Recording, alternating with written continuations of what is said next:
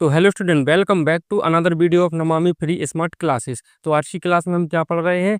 कक्षा 9वीं विषय गणित प्रश्नावली 2.2 का कौन सा चौथा क्वेश्चन। ठीक है, इसके पहले के हम पहले दूसरे तीसरे सभी क्वेश्चन कर चुके हैं। उसके लिए आप पहली वाली वीडियो जरूर से देखें, ठीक है, तभी ये समझ में आपको आएगा। तो बिना देरी किए हम बढ़ते हैं क्वेश्चन की तरफ। तो क्वेश्चन क्या दिया है? निम्नलिखित स्थितियों में प्रत्येक स्थिति बहुपद का शून्य ज्ञात कीजिए। मतलब हमें बहुपद के क्या करने हैं? शून्य ज्ञात करने हैं। ठीक है, और हमें टोटल कितने 6 सवाल दिए हैं। और एक चीज याद रखो, इनसे सरल सवाल कुछ नहीं होते। ठीक है, जो ये सवाल आपको दिख रहे हैं, इनसे सरल सवाल कुछ नहीं। शून्य ज्ञात करना है, सीधा सा लीनियर इक्वेशन दिया है, मतलब रैखिक समीकरण टाइप दिया हुआ है। सभी में लगभग रैखिक समीकरण है। ठीक है, ना ही गुणनखंड विधि यूज करना, ना ही कोई विधि यूज करना, डायरेक्ट ये निकल जाएंगे। तो देखते हैं हम पहला क्वेश्चन। तो ये रहा पहला क्वेश्चन, पी एक्स बराबर एक्स धन 5। ठीक है, इसका क्या निकालना है? हमें शून्य निकालना है। ठीक है, तो जब भी शून्य निकालना हो तो पता है भाई, शून्य निकालने के लिए उस समीकरण के बराबर में हमें जीरो कर देना है। ठीक है, तो हमें क्या करना है? इस समीकरण के बराबर में जीरो कर देना है। तो पी एक्स जो समीकरण दिया है, इसके बराबर में हमें क्या करना है? जीरो। और पी एक्स में क्या दिया है? एक्स धन 5। तो एक्स धन 5 बराबर क्या हो जाएगा? जीरो। तो एक्स की देखो, शून्य का मतलब एक्स की वैल्यू निकालना, शून्य निकालना बहुत आसान है। ठीक है, शून्य क्या होता है वो जानने के लिए पिछली वीडियो आप देख सकते हैं। एक्स की वैल्यू निकालना है तो पक्षांतर कर दो भाई साहब। तो 5 उस साइड चले जाएंगे तो क्या हो जाएगा? ऋण का 5। और यही है इसका शून्य, और यही है हमारा आंसर। कितना इजी क्वेश्चन है, और कुछ तो करना नहीं, शून्य को बस निकालना है। ठीक है, अब देखते हैं दूसरा क्वेश्चन क्या दिया है। पी एक्स बराबर एक्स ऋण 5। ठीक, तो दूसरा दिया है हमें क्या? पी एक्स बराबर एक्स ऋण 5। वही विधि यूज करना है। सबसे पहले इसके बराबर में क्या कर दूं? जीरो कर दूं। ये पी एक्स क्या है हमारा? एक्स ऋण 5। आप डायरेक्ट एक्स ऋण 5 बराबर जीरो भी कर सकते हो। ठीक है, एक्स की वैल्यू निकालना है 5 का, पक्षांतर कर दो। ऋण का है तो काय का हो जाएगा? धन का। लो, ये आ गया फटाफट आंसर। ठीक है, अब देखते हैं जल्दी से तीसरा क्वेश्चन। तीसरा क्वेश्चन हमें क्या दिया है? पी एक्स बराबर 2x धन 5। ठीक है, तो फिर वही प्रोसेस, पी एक्स बराबर क्या कर दो? जीरो। पी एक्स की वैल्यू क्या है? 2x धन 5। तो इसके बराबर भी क्या कर दो?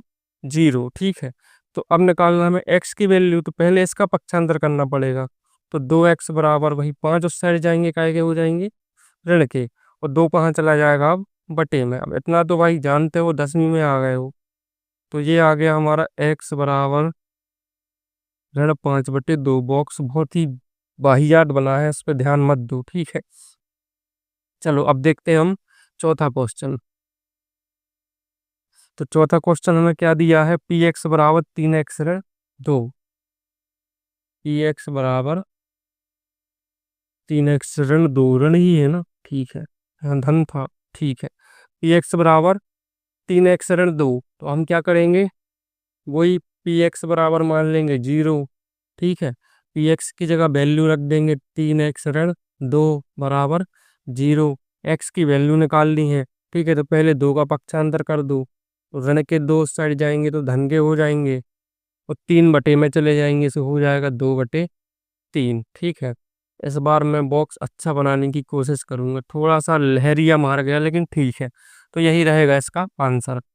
देखते हैं पांचवा क्वेश्चन। तो पांचवा क्वेश्चन क्या है? पी एक्स बराबर 3x। अरे इसमें तो 7 क्वेश्चन है, मैंने 6 बोल दिया था शुरू में, कोई दिक्कत नहीं।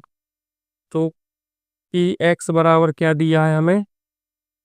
3x, मात्र 3x।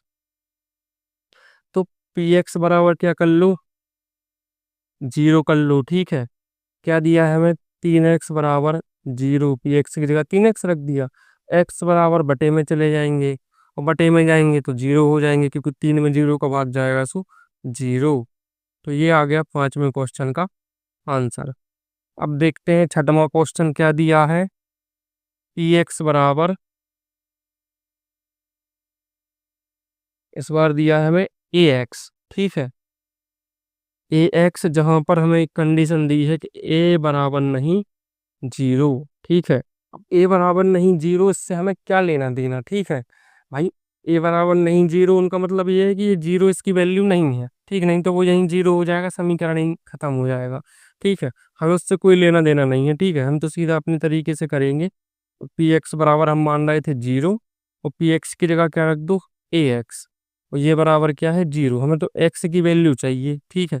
एक्स की वैल्यू चाहिए तो भाई बटे में कर दो, तो बटे में जाएगा तो जीरो बटे ए।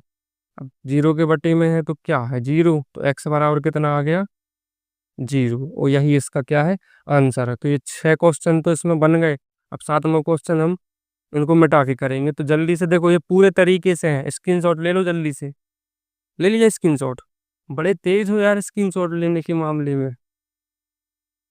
एक तो लाइव नहीं चला पा रहा हूँ, तो आप लोगों से थोड़ी सी कमेंट द्वारा बात नहीं हो पा रही है। लेकिन अभी क्या है, 100 सब्सक्राइबर ही है, ठीक है।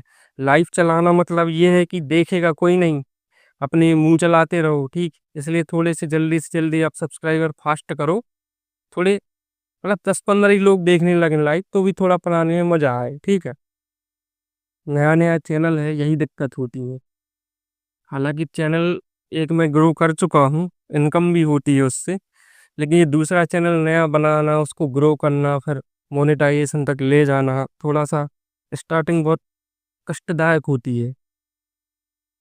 तो पी एक्स, 7वां क्वेश्चन हमें क्या दिया है, पी एक्स बराबर सी एक्स धन डी, सी एक्स धन डी। और यहाँ पर लिखा है सी बराबर नहीं जीरो, और फिर लिखा है सी डी वास्तविक संख्याएं हैं, ठीक है।